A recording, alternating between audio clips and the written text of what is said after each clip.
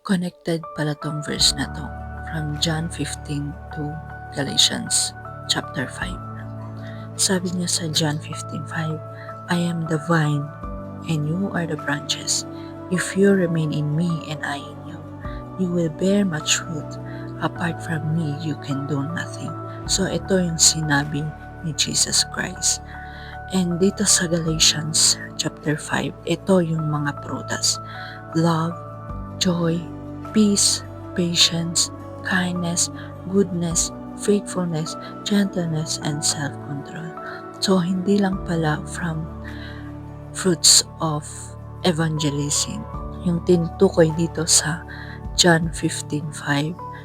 And we cannot bear much fruit, sabi niya, apart from Him.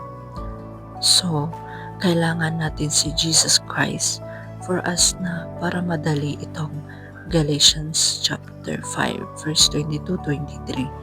Kasi without Him, we cannot love easily. We cannot have that joy, peace, patience, kindness, goodness, faithfulness, gentleness, and self-control sa ating buhay. So, kailangan natin ng Holy Spirit, kailangan natin si Jesus Christ as our Lord and Savior. Kasi dito pa nga sa love is including na doon yung forgiveness. So, how can you love that someone without forgiving him or her? So, kailangan po nating magpatawad.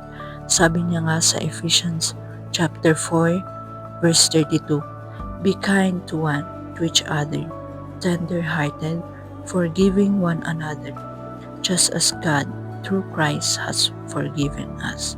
So, lahat ng to, we can never bear much fruit without Jesus Christ.